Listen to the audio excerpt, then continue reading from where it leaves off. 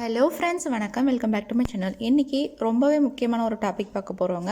அதாவது பிரசவத்தின் போது முதுகில் மயக்க மருந்து ஏன் கொடுக்குறாங்க, என்ன காரணம், அதனுடைய நன்மைகள் என்ன அப்படின்னு பார்க்கலாங்க. நார்மல் பிரசவத்திலேயே முதுகில் நம்மளுக்கு அந்த மாதிரி இன்ஜெக்ஷன் போடுவாங்க. அப்படியும் ஒரு வகை இருக்குது.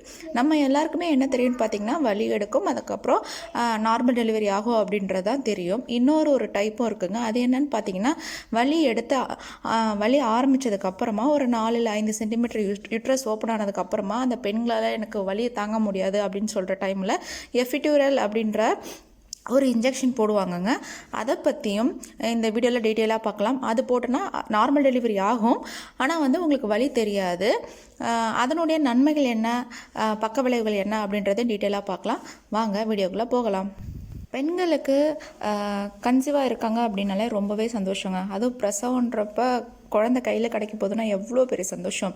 இருந்தாலுமே கடைசி காலத்தில் கொஞ்சம் பயம் இருக்கும். நம்மளுக்கு நார்மல் டெலிவரி ஆகுமா, எந்த ஒரு பிரச்சனையும் இருக்காதில்ல, அந்த மாதிரி தேவையில்லாத பயங்கள் வரும். ஆனால் நீங்கள் எதுக்கும் பயப்பட தேவையில்லை. இந்த காலத்தில் மருத்துவத்துறை நிறையா வளர்ந்துருச்சுங்க. எந்த ஒரு பிரச்சனையாக இருந்தாலும் உடனே அதுக்கு ஒரு தீர்வு கொண்டு வந்துடுவாங்க. அதனால் நீங்கள் பயப்படாமல் தைரியமாக இருங்க, தன்னம்பிக்கையோடு இருங்க. ஈஸியாக சுகப்பிரசவம் ஆகும். பொதுவாக எல்லா பெண்களுமே நார்மல் டெலிவரி தான் விரும்புவோம். ஸோ நார்மல் டெலிவரியிலே பெயினை தாங்கிக்கிட்டு இருக்கிற ஒரு வகையும் இருக்குது. இன்னொன்று, பெயினை தாங்க முடியாத பட்சத்தில் அந்த பெண் எபிடியூரல் அப்படின்ற மயக்க மருந்தையும் போட்டுக்கலாம்.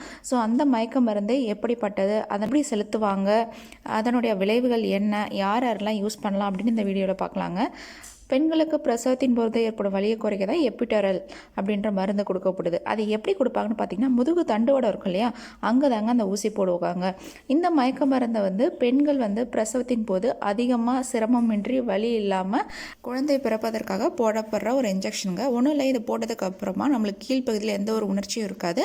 ஆனால் நார்மல் டெலிவரி ப்ராசஸ் எல்லாமே நடந்துகிட்டு இருக்கும். உதாரணத்துக்கு யூட்ரஸ் ஓப்பன் ஆகிடும் 10 சென்டிமீட்டருக்கு அப்புறம். அதுக்கப்புறம் குழந்தை வெளியில் வரும். எல்லா ப்ராசஸுமே கரெக்டாக நடக்கும். ஆனால் என்ன, நம்மளுக்கு உணர்ச்சி இருக்காது, பெயின் தெரியாது, அவ்வளோதான். இது 5 சென்டிமீட்டர் ஓப்பன் ஆனதுக்கு அப்புறம் தான் போடுவாங்க. ஸோ இதுதாங்க அந்த இன்ஜெக்ஷனோட காரணங்கள். ஓகேவா? அதே மாதிரி எல்லாருமே இந்த இன்ஜெக்ஷன் போட்டுக்கலாமா அப்படின்னு பார்த்தீங்கன்னா, இல்லைங்க. அதுக்கு சில கண்டிஷன்ஸ் இருக்குது. அவங்க மட்டும் இதை போட்டுக்கூடாது. உங்களுக்கு கர்ப்பகாலம் முழுவதும் முதுகு வலி பிரச்சனை இருந்தாலும், ரத்த அழுத்தம் குறைவாக இருந்தாலும், ரத்தத்தோட அடர்த்தி அதிகமாக இருக்குதுன்னு சொல்லிட்டு சில பெண்கள் குறைக்கும் மருந்துகளை எடுத்துகிட்டு இருப்பாங்க. அந்த பெண்களும் இந்த முறையை தேர்ந்தெடுக்கக்கூடாது. ரத்த சம்பந்தமான பிரச்சனைகள் கர்ப்பகாலத்தில் உங்களுக்கு இருக்குது அப்படின்னா நீங்கள் இந்த முறையை தேர்ந்தெடுக்கக்கூடாதுங்க. ஏன்னா ஒருவேளை நீங்கள் தேர்ந்தெடுத்தீங்கன்னா, இந்த பிரச்சனை இருக்கவங்க ஒரு வேளை எடுத்துக்கிட்டிங்க அப்படின்னா, பிரசவத்தின் போது ரத்தத்தை இது உறைய வச்சு உயிரே போகிற அளவுக்கு ஆபத்து இருக்குது. அதனால் நான் சொன்ன பிரச்சனைகள் இருக்கிறவங்க இந்த மெத்தடை அவாய்ட் பண்ணிடலாம். அடுத்து, எபிடூரல் முறையோட நன்மைகள் என்னென்னு பார்த்தீங்கன்னா, நம்ம சொன்னது தான். எல்லாமே நார்மல் ப்ராசஸாக தான் ஆகும், சுகப்பிரசவம் தான் ஆகும். உங்களுக்கு வலி தாங்க முடியாது அப்படின்ற பட்சத்தில் நீங்கள் இந்த முறையை தேர்ந்தெடுக்கலாம். ஒரு இன்ஜெக்ஷன் போட்ட உடனே நம்மளுக்கு கீழ்ப்பகுதியில் மறுத்து போயிடும். மற்றபடி யூட்ரஸ் ஓப்பன் ஆகிறது, குழந்தை வெளில வர்றது எல்லாமே நார்மல் டெலிவரிக்கு என்னென்ன ஸ்டெப்ஸ் நடக்குமோ அது எல்லாமே நடக்கும். என்ன, உங்களை அடிக்கடி மருத்துவர்களும் செவிலியர்களும் அவங்கள மானிட்டர் பண்ணிகிட்டே இருப்பாங்க. அது மட்டும்தான். ஓகேவா? இதனுடைய தீமைகள் பார்த்தீங்கன்னா, சில பெண்களுக்கு மூச்சு திணறல், குமட்டல், உடல் வெப்பநிலையில் மாற்றம், அப்புறம் நடுக்கம் அப்படின்ற பக்க விளைவுகள் வரலாம். ஆனால் அதையும் அவங்க மானிட்டர் பண்ணிகிட்டு இருப்பாங்க. எல்லாருக்கும் வரதில்லை. இது ஒரு சைடு எஃபெக்ட். எந்த ஒரு முறையை நம்ம பின்பற்றினாலும் அதில் நல்லதும் கெட்டதும் இருக்கும். ஸோ நம்ம தான் அதை பார்த்து பண்ணணும். அடுத்ததான், இந்த முறையை பின்பற்றதுனால என்ன நன்மை நம்ம ஏற்கனவே பார்த்துட்டோம். இது பிரசவ வலியை குறைச்சி உங்கள் மனநிலையை ஓய்வாக வச்சுக்கோங்க. பெண்களுக்கு குழந்தை பிறப்பை அதிகமாக்கும். குழந்தை வெளியேறதில்ல எந்த ஒரு சிக்கலுமே இருக்காது. பெண்கள் அந்த மயங்காமல் வெறும் மருத்து மட்டும்தான் போகும். அதனால் பிரசவம் நார்மலாக ஆகுங்க. அடுத்து, எபிடூரல் முறை உங்களுக்கு தேவையான்னு பார்த்தீங்கன்னா, உங்களால் ஈஸியாக வலியை தாங்கிக்க முடியும், எந்த ஒரு பயமும் இல்லை அப்படின்ற பட்சத்தில் நீங்கள் இந்த முறையை கைவிட்டுறலாம். இல்லை, என்னால் தாங்கிக்கவே முடியல அப்படின்ற பட்சத்தில் நீங்கள் இந்த முறையை எடுத்துகிட்டு சுகப்பிரசவத்தில் குழந்தையை பெற்றெடுக்க முடியுங்க. இன்னும் ஒரு முக்கியமான விஷயம் பார்த்தீங்கன்னா, தகுந்த மருத்துவமனையை தேர்ந்தெடுக்கிறது ரொம்பவே அவசியங்க. ஏன்னா இதில் உங்கள் நலமும் குழந்தை நலம் இரண்டுமே இருக்குங்க. ஸோ எந்த ஒரு மருத்துவமனைக்கும் நீங்கள் போகிறதுக்கு முன்னாடி தேர்ந்தெடுக்கிறது முன்னாடி உங்கள் நண்பர் அப்புறம் ஃப்ரெண்ட்ஸு ஃபேமிலியோடு விசாரித்து அது உண்மையிலேயே ரொம்ப நல்ல ஹாஸ்பிட்டலான்னு பார்த்துக்கோங்க. ஏன்னா எபிடூரல் சிகிச்சையின் போது உங்கள் கருவோட இதய துடிப்பு, ரத்த அழுத்தம் அதை வந்து தொடர்ந்து கண்காணிச்சிட்டே வருவாங்க. உங்கள் கூடவே இருக்கிற மாதிரி பார்த்துக்கோங்க. ஏன்னா அந்த முறையை நீங்கள் பயன்படுத்தும் போது ரத்த அழுத்தம் குறைய வாய்ப்பு உள்ளது. ஒவ்வொரு 5 முதல் 10 நிமிஷத்துக்கும் உங்களை வந்து டாக்டர்ஸ் வந்து பார்த்துக்கிட்டே இருப்பாங்க. இந்த மாதிரி எல்லா காரணிகளையும் கருத்தில் கொண்டு இந்த மெத்தடை நீங்கள் தேர்ந்தெடுக்கிறது ரொம்ப அவசியங்க. ஓகே ஃப்ரெண்ட்ஸ், நீங்கள் நல்ல மருத்துவமனையாக பார்த்து தேர்ந்தெடுத்துட்டீங்க. அதே மாதிரி எபிடூரல் முறையை நீங்கள் தேர்ந்தெடுத்துட்டீங்க அப்படின்னா எப்போ உங்களுக்கு கொடுப்பாங்கன்னு பார்த்தீங்கன்னா, பிரசவத்தின் பொழுது அழகாக உங்கள் குழந்தை ரொட்டேட் ஆகிட்டு வந்து யூட்ரஸ் ஓப்பன் ஆக ஆரம்பிச்சிருக்கோம்.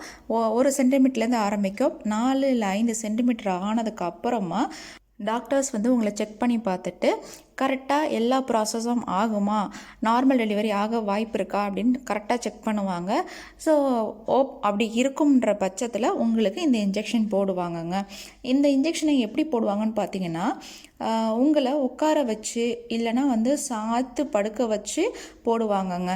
ஓகேவா? இந்த மருந்தை ரெடி பண்ணுறதுக்கு கொஞ்சம் நேரம் ஆகும்னு சொல்கிறாங்க.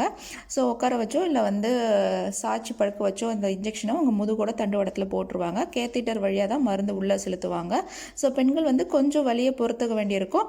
ஆனால் அதுக்கப்புறம் அதாவது 5 சென்டிமீட்டர் ஓப்பன் ஆகிற வரைக்கும் நீங்கள் வலியை தாங்கிக்கிற மாதிரி இருக்கும். அதுக்கப்புறம் உங்களுக்கு உணர்ச்சியே இருக்காது.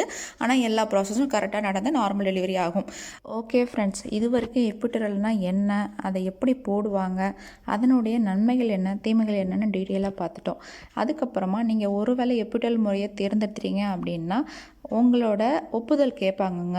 ஸோ அதை பற்றி விவரிப்பாங்க. எபிடூரல்னால் என்ன பண்ணணும்னு எல்லாத்தையும் சொல்லி கொடுத்து நீங்கள் ஓகே சொல்கிறன்ற பட்சத்தில் உங்களோட ஒப்புதல் வாங்கிப்பாங்க. அந்த டெலிவரி தான் நீங்கள் பண்ண போகிறீங்க அப்படின்னு சொல்லிட்டு. அப்புறம் முதுகில் வந்து ஆன்டிசெப்டிக் திரவத்தால் சுத்தம் செஞ்சுட்டு இதை ஊசி மூலயமா உள்ளே செலுத்துவாங்கங்க. செலுத்திட்டு கொஞ்சமாக டோஸ் கொடுத்து செக் பண்ணுவாங்க. உங்களுக்கு வந்து அது செட் ஆகுதா, ஏதாவது பக்க விளைவு வருதா அப்படின்னு சொல்லிட்டு. எதுவும் இல்லைன்ற பட்சத்தில் அதுக்கப்புறமா மருந்தை ஃபுல்லாக கொடுப்பாங்க. ஸோ இதுதான் இந்த முறையோட ப்ராசஸ். ஓகேவா? வலி தெரியக்கூடாதுன்னு தான் இந்த எபிடூரல் முறையை தேர்ந்தெடுக்கிறாங்க. ஸோ அப்படி எடுத்துட்டிங்கன்னா இதில் இருக்கிற பிரச்சனை என்னென்னா, பிரசவம் நடக்க வந்து சிறிது நேரம் எடுக்கலாம். உதாரணத்துக்கு பார்த்தீங்கன்னா ஒரு 5லேருந்து 8 மணி நேரத்தில் உங்களுக்கு பிரசவம் சுகப்பிரசவத்தில் ஆகிடுதுன்னா இது வந்து ஒரு 10 மணி நேரம் இல்லை 12 மணி நேரம் எக்ஸ்ட்ரா ஆகலாம்.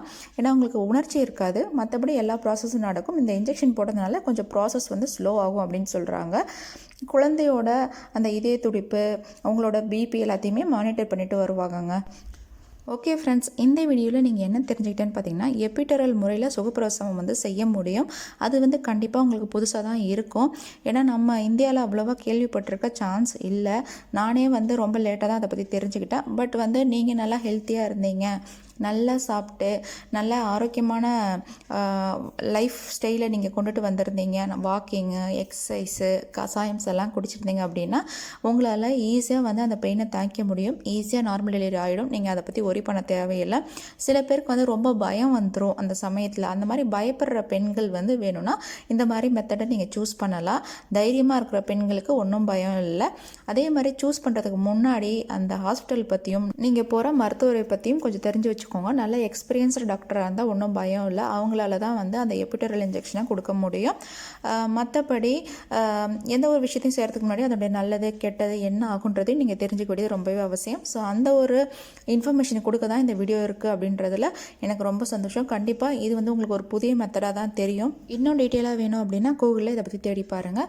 ஓகே ஃப்ரெண்ட்ஸ், வேறு ஒரு யூஸ்ஃபுல்லான வீடியோட மீண்டும் சந்திக்கிறேன். நம்ம சேனல் பிடிச்சிருந்தால் லைக் பண்ணிங்க, ஷேர் பண்ணிங்க, கமெண்ட் பண்ணிங்க.